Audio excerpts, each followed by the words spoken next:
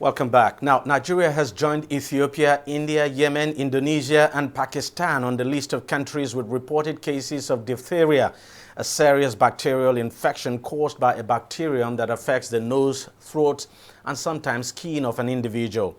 The diphtheria outbreak first occurred from February to November 2011 in Kimba village and its surrounding settlements now in Borno State, northeast Nigeria. But fast forward to Friday, January 20th, the Nigeria Center for Disease Control, NCDC, announced it had responded to reports of diphtheria cases in Lagos and Kano states and is monitoring the situation in Osun and Yobe states where cases have also been reported. The NCDC disclosed this in a public health advisory signed by its Director General Ifedayo Adetifa amidst the outbreak of the disease in the country. So far, at least 25 persons, mostly children, have died as a result of the diphtheria disease outbreak in Kano State, northwest Nigeria. The NCDC says in addition to clinically suspected cases, there have also been laboratory confirmed cases, and it is working with state ministries of health and partners to enhance surveillance and response to the outbreak. In light of this development, the health agency has advised healthcare workers to maintain a high index of suspicion for diphtheria and that individuals with signs and symptoms suggestive of the disease should isolate themselves and notify their local health authorities. The symptoms of the disease have been identified to include fever, red eyes, runny nose, sore throat, cough, neck swelling, and in severe cases, thick gray and white patch on the tonsils or the back of the throat and associated with difficulty breathing.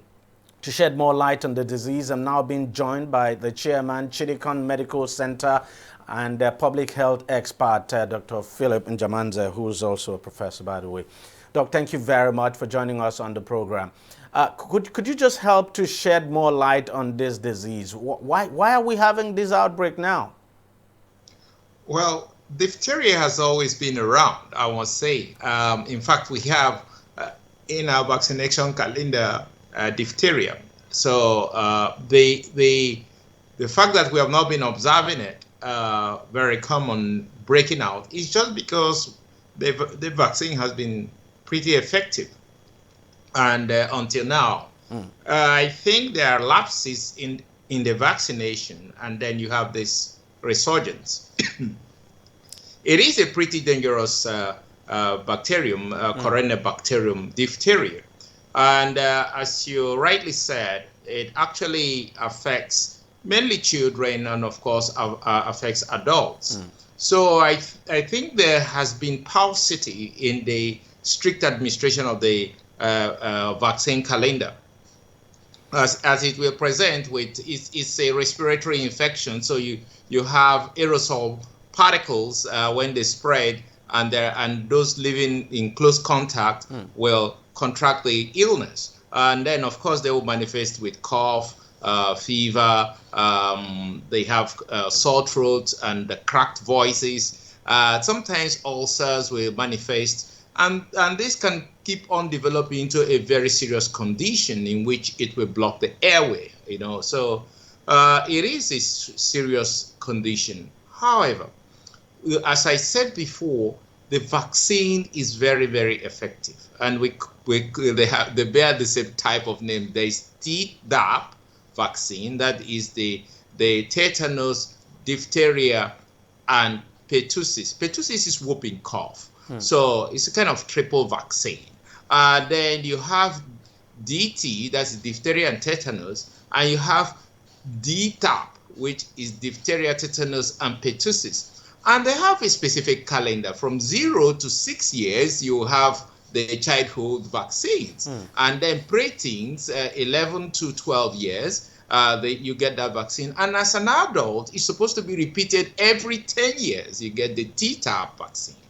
And I think there has been a lot of paucity and laxity, I will say, in the administration of this vaccine. And we have seen a resurgence of the disease. And I think what needs to be done... Could this laxity, sorry to interject there, could this laxity now be responsible... could this laxity be responsible for this high rate of death we have seen in Kano State? At least 25 persons have been reported dead now from this disease. Most of Exactly, them children. because it's exactly, these are pretty unvaccinated victims of this infection. So I think we really have to go back to the basics and then start the administration of the vaccine strictly across the states, and then of course do the preteen vaccination and then adult vaccine in those places where at very high risk can be administered. I think the basic truth of medicine is that viruses and bacteria are always with us. These things are not new, but we have learned over the years to use either vaccination or even just primary prevention. And then when we keep our guards down, and then there is a major resurgence. And I think the NCDC has given the appropriate alert. I hope the state health systems and then the national or federal health system will now kick in to start administering these vaccines as soon as possible. Yeah, because it's quite a surprise. This is, I mean, you're quite right. From what I have read, too, it's not a new it's not a new bacteria. It's not a new disease, but you know, it's a long time we heard of an outbreak of this disease. So I'm just wondering. So other than we failing not to take the vaccine and probably some other reasons, what else could be the reason why we're having this resurgence now? Well, actually, this is the weather for it, I would say. So the natural environment now, it actually promotes propagation of the infection. So it's not really a surprise that you will have it at this time of the year. However, I still think with the rise in traffic of people and then the non-strict adherence to the childhood vaccination calendar, these things are just a perfect breeding ground for bacteria to spread with such virulence. And that's exactly what happened. Finally, before I let you go, Doc, what exactly is going on? I mean, especially from 2020 to this period, we've just had outbreaks of too many diseases now. Not to mention Ebola. We've had COVID-19. We've had Lassa. We've had cholera. We're still dealing with all of those, and then now we have to deal with diphtheria. I'm just wondering, do you think our health system will be able to cope with all of this? Actually, Nigerians and the entire health system have shown very great resilience. In fact, while around the world we observe what is happening in China, what happened in the United States and in Western Europe, their whole system crumbled just by the resurgence of COVID. And you could see that the health system was only planned to when everything works well.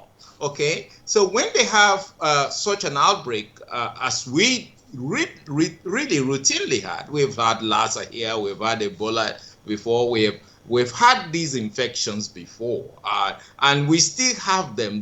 Even just the malaria has been with us persistently. Cholera has been around, but our health system, regardless of what people say, has shown enormous resilience. And our people, the immune system of our people really shows that regardless of how virulent these bacteria and the viruses that we've had also have been, but our people have shown very good defense system.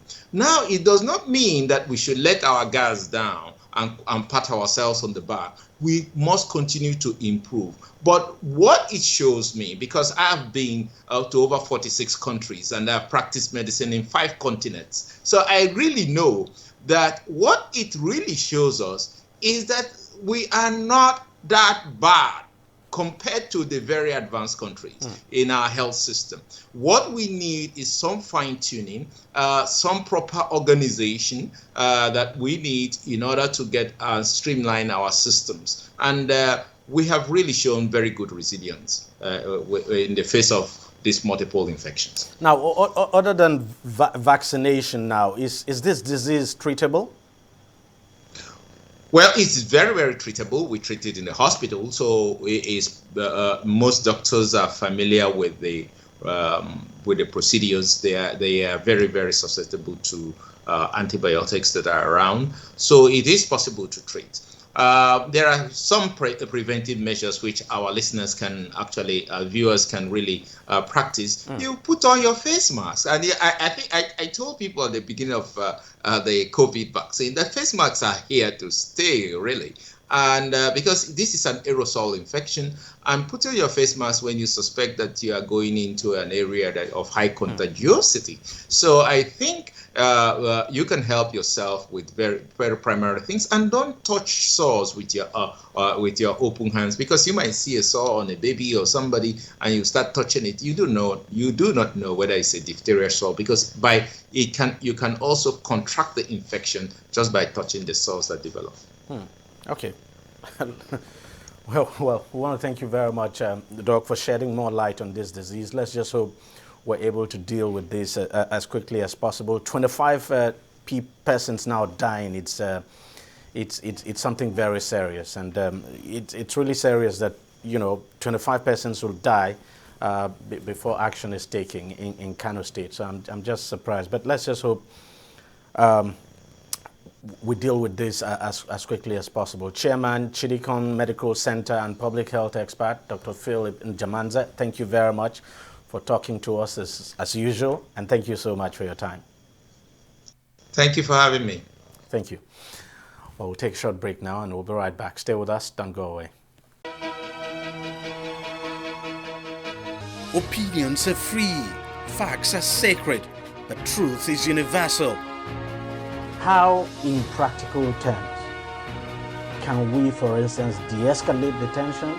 President must see himself as the President of the Federal Republic. We know where the enemy is. 3 places.